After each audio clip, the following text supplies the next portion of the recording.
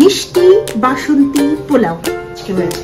আজকের মেনুটা খুবই ভালো, অনেকদিন পরে রাতের বেলায় এমন একটা ভালো একটা মেনু হয়েছে।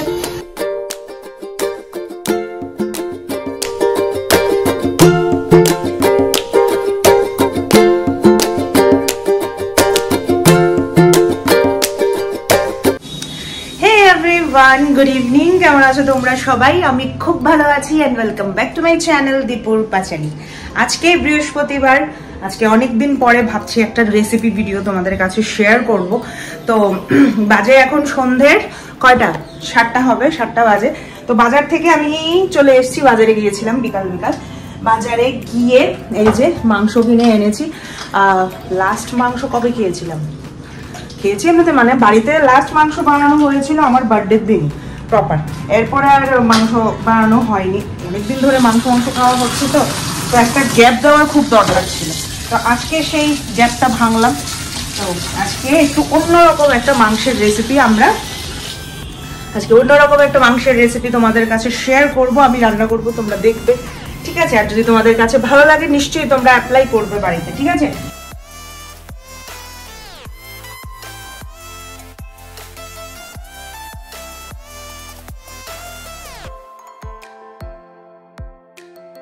এই যে মাংস ধোয়া একদম রেডি। এদিকে আমি নিয়ে বসেছি একটু বাসু, অন্যরকম ভাবে রান্না করব বলেই এত কিছু প্রিপারেশন। এই যে আমি একদিন বাঁশকরুল দিয়ে পপ খেয়েছিলাম, মানে আমরা যেটাকে শুয়োরের মাংস বলি। তো খাওয়ার পরে আমার এত ভালো লেগেছে। আর আজকে বাজার গিয়ে আমি পেয়েছি এই বাঁশকরুল। একা যাইনি, গেছি হলো গিয়ে, মানে আমার যে ছোট বোনটা আছে বাড়ির পাশেই থাকে, তো ও তো এসব কিছু খুব ভালো চেনে, তো ওর সাথেই গেছিলাম বাজার। দেখে আমার এত লোভ লাগলো, আমি না আজকে আমি নিয়ে যাই, বিকালবেলা একটু চিকেন নিয়ে আসবো, চিকেন নিয়ে এসে বাঁশকরুল দিয়ে চিকেন দিয়ে রান্না করবো।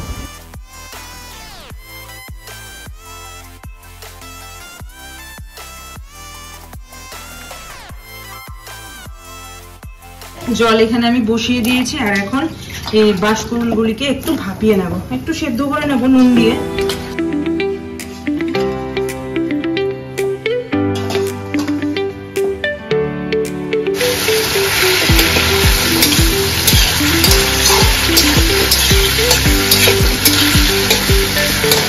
আমি বাঁশকরুলটাকে একটু ভেজে নেবো, এমন ভাবে নুন, একটু হলুদ দিলাম, নুন দিলাম, তারপর দিয়েছি একটু গুঁড়া লঙ্কা, যাতে একটু হালকা হালকা কালারটাও আসে, নাহলে তো মাংসের সাথে পুরো একদম ডিফারেন্ট কালার হয়ে যাবে।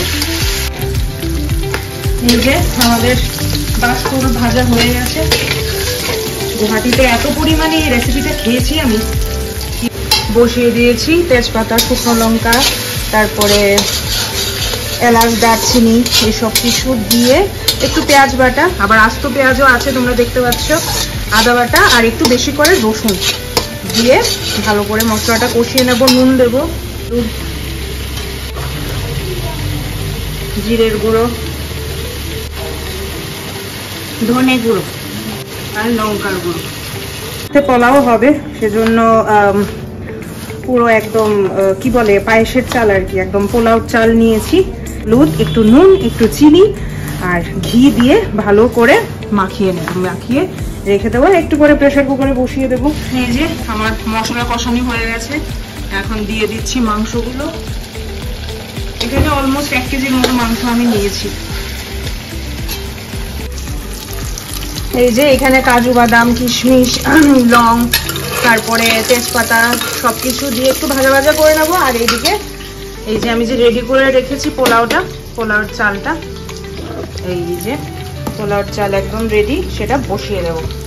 আর এদিকে আমার মাংসটা হচ্ছে, আগে মাংসটাকে ভালো করে কষাই, সিদ্ধ হোক, তারপরে বাকি সব কেরামতি চলবে, ঠিক আছে? আমি অনেকদিন পরে চিকেন রান্না করছি। যাই হোক, এখানে আমার ভাজা হয়ে গেছে। হ্যাঁ, গরমের তো অন্ত নাই। এই যে মাংস হচ্ছে, পোলাও আমি বসিয়ে দিয়েছি। এটাকে একটু হালকা না ভালো করেই ভাজবো। এদিকে আমি গরম জল বসিয়েছি পোলাওয়ের জন্য। মিষ্টি দেওয়া হয়ে গেছে, নুন দিয়েছি, কাজু বাদাম, কিশমিশ, লং, তারপরে গোলমরিচ, তেজপাতা সব দেওয়া হয়ে গেছে। এখন শুধু জল দিয়ে বসিয়ে দেবো। গরম জল ঢেলে দিচ্ছি। রান্না একদম শেষের পথে।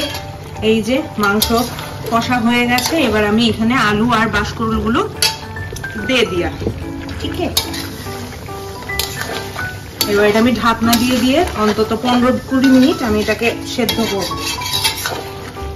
মাংস, বাঁশকুড়ুল, আলু সবকিছু একসাথে সেদ্ধ হবে। আমি হালকা একটু জল দিয়েছি, একটু শুকনো শুকনো হয়ে গেছিল বলে। আস্ত রসুনও দিয়েছি।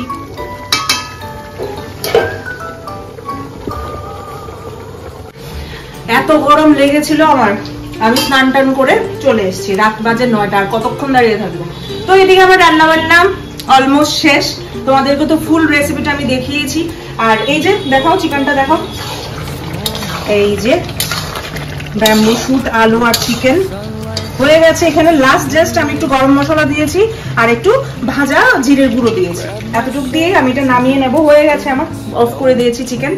আর এই যে পোলাও, মিষ্টি বাসন্তী পোলাও, একদম ঝপা ঝপ আজকে হয়েছে। আজকের মেনুটা খুবই ভালো। অনেকদিন পরে রাতের বেলায় এমন একটা ভালো একটা মেনু হয়েছে। তো কেমন লাগলো আমার আজকে সিম্পল রেসিপিটা নিশ্চয়ই আমাকে কমেন্ট বক্সে জানিও। একদম ছোট হবে ভিডিওটা, বুঝতে পারছি, কারণ রেসিপিটাই ছোট, এত কোনো তামঝাম নেই, জাস্ট বানাও।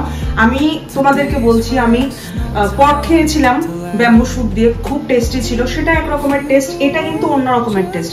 ভালোভাবে রান্না করতে জানলে খুবই ভালো হয়ে যেত। তোমরা একবার টেস্ট করে দেখো, আশা করি তোমাদের কাছে খুব ভালো। চিকেন কেমন লাগলো রেসিপিটা আমাকে নিশ্চয়ই কমেন্ট বক্সে জানাবে। আবার দেখা হচ্ছে অন্য আরেকটি ব্লগে। আমার ব্লগগুলো যদি তোমাদের কাছে ভালো লেগে থাকে নিশ্চয়ই লাইক করো, শেয়ার করো, কমেন্ট করো, ভুলো না। Till then tata, bye bye, good night and ভালো থেকো তোমরা সবাই।